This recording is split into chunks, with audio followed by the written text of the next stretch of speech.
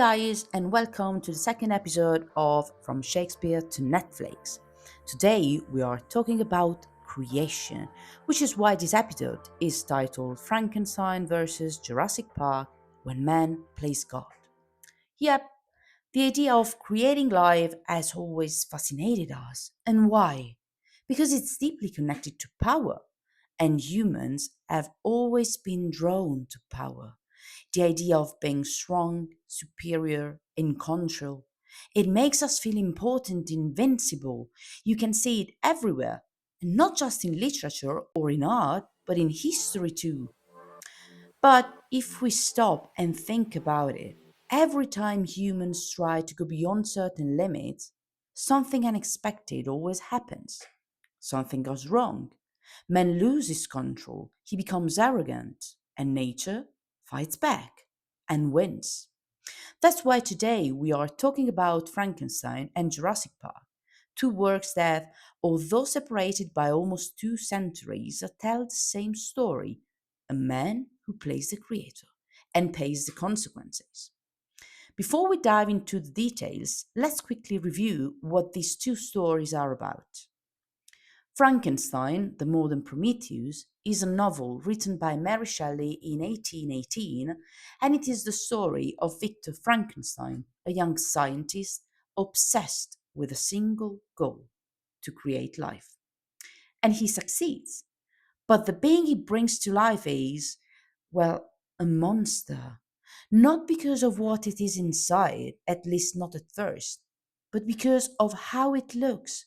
Because of his appearance, different and frightening, the creature is rejected by society and even by Frankenstein himself. And so it seeks revenge. Not out of evil, but out of pain. Jurassic Park, a cult movie from 1993 directed by Steven Spielberg and based on a novel by Michael Crichton, tells the story of John Hammond, a billionaire. "We spared no expense," one of his most famous quotes, who builds an amusement park with real dinosaurs recreated in a lab. The idea was to entertain families and children, of course, but, spoiler alert, it ends very, very badly. The dinosaurs rebel, the park falls apart, and nature, once again, proves to be stronger. So, these are two stories that seem very different, but actually have a lot in common. Let's start with a quote that really gets to the heart of today's topic: creation. Ian Malcolm, one of the main characters in Jurassic Park, puts it this way: God creates dinosaurs, God destroys dinosaurs, God creates man, man destroys God, man creates dinosaurs. Two works, two creations, two creators. Let's start with them. The first, Victor Frankenstein, is a scientist. He lives for study, for knowledge. He says, "I feel my heart glow with an enthusiasm which elevates me to heaven," referring to his studies, his sacrifices. But how does he create his creature? By stealing pieces of dead bodies and assembling them. And when the monster finally comes to life, Victor is terrified. How can I describe my emotion at this catastrophe? A catastrophe, a failure, all that study, all that time for something horrifying. So, what does he do? He runs, he abandons it. And that rejection, that emptiness, transforms the creature into what it never wanted to be: a monster that simply seeks revenge. John Hammond, on the other hand, is not a scientist. He's a billionaire who wants to do something good, at least in the film, because in the novel, his character is portrayed very differently. But we are sticking to the movie version, where Hammond is a sweet grandfather who just wants to make his grandchildren happy. So he builds this park with the help of scientists and genetists, managing to bring dinosaurs back to life using fossilized mosquitoes trapped in amber. The idea? Noble, of course, to bring joy to kids and adults, maybe. But then nature finds a way, as Ian Malcolm says. John, the kind of control you're attempting simply is, it's not possible.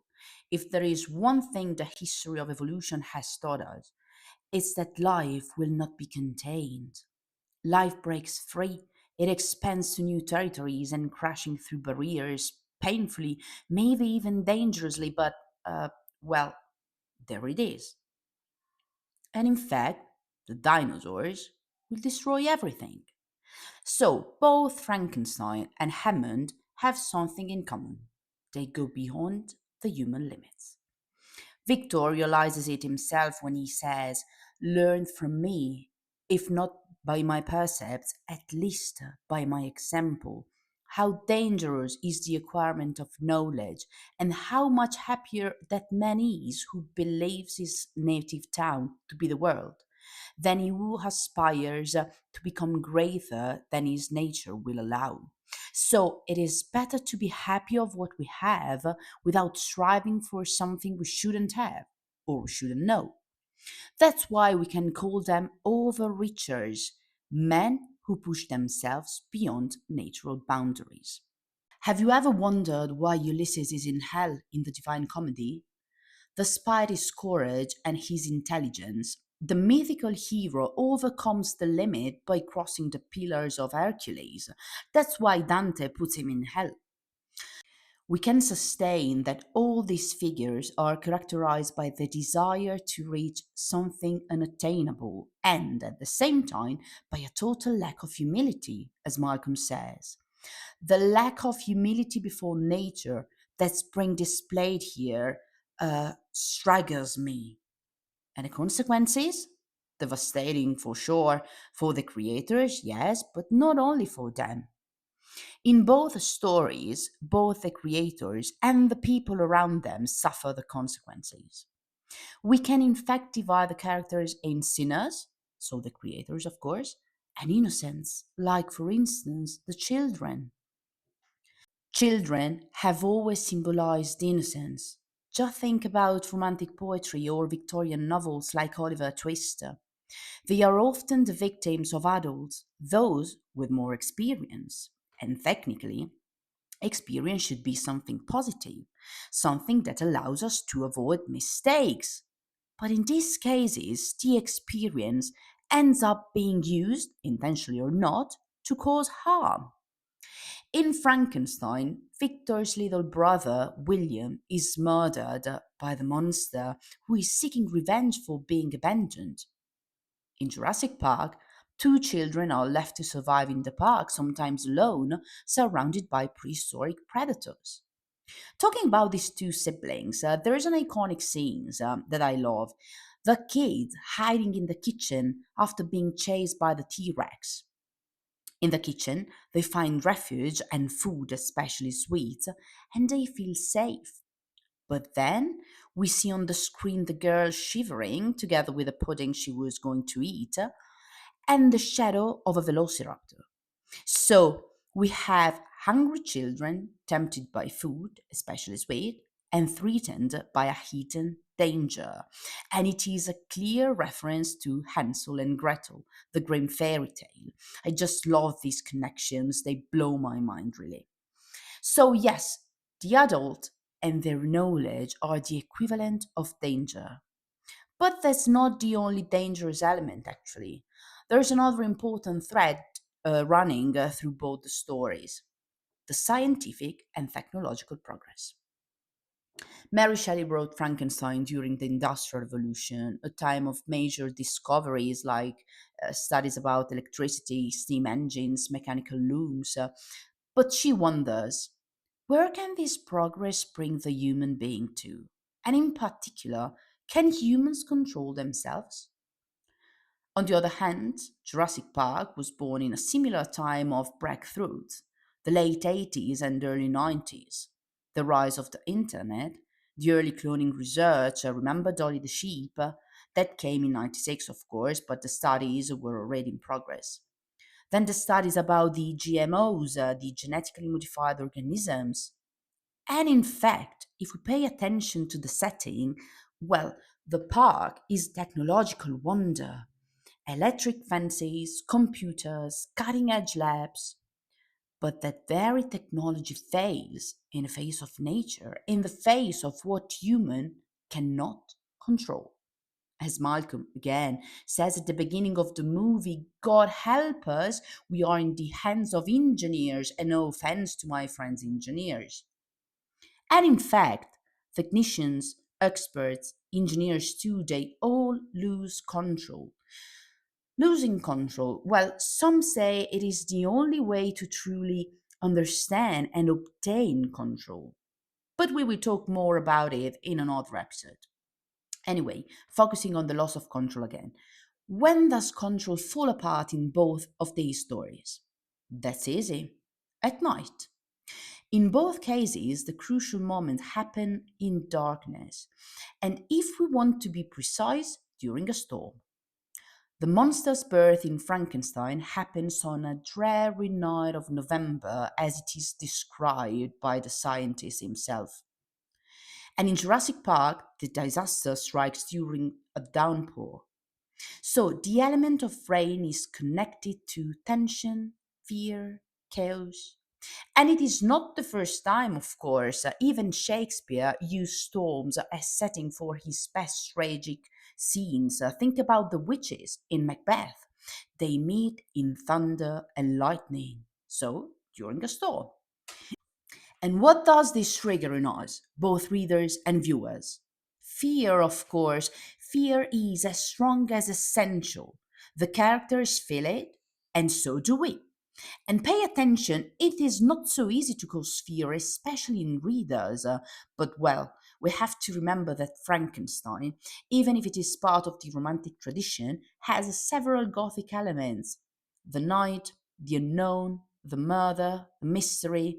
But remember, differently from Gothic novels, the monster here is not something supernatural, like a vampire or a werewolf, but something created by humankind. So it isn't magical, and that's what makes it even scarier. And just think about it. It is the same for the dinosaurs of Jurassic Park. They are created in a lab by man. But fear isn't the only emotion we can feel diving in these two masterpieces. There is also adventure, and lots of it. Jurassic Park fascinated generations because, despite the fear, portrays an epic adventure. Surviving among dinosaurs, predators from millions of years ago, in a super technological park. Everyone has, sooner or later, put himself in the shoes of these characters. And Frankenstein has lots of adventures too. It starts with the story of Walton, an Arctic explorer who finds a scientist in the North Pole. And then we have the story told directly by Victor, and in the end, the one of the monster. So, same stories, three voices, three perspectives. So, after we have read all the three points of view, one big question comes easily: who is the real villain here? Of course, these two works have some unrealistic elements, details we know that cannot be true. But we don't care. Everything is described so properly that we decide to suspend disbelief. And even though we know you can create life from body parts or bring back dinosaurs, well, we believe it. We get pulled in it. And that's why this novel and this film are such a big part of our cultural imagination still nowadays, because they make us think and wonder, especially today when each of us has the access to powerful tools like artificial intelligence. Is mankind truly capable of handling all its resources? How far is too far? So, Frankenstein and Jurassic Park warn us. What happens when man wants to be God? When he believes he can control everything, even life itself? Is science a gift or a double edged sword? And where is the line between progress and danger? Maybe there is no single answer, but one thing's for sure: nature never forgets. So, are we sure that everything we can do is also something we should do. We will be back next episode with another story that will make us reflect and maybe even shiver about who we are, where we're going, and how far we are willing to go. If you enjoyed this journey through monsters and rebellious dinosaurs, share it and do not miss the next one. And if you have got any question, do not hesitate because sometimes the scariest questions come when the lights go out.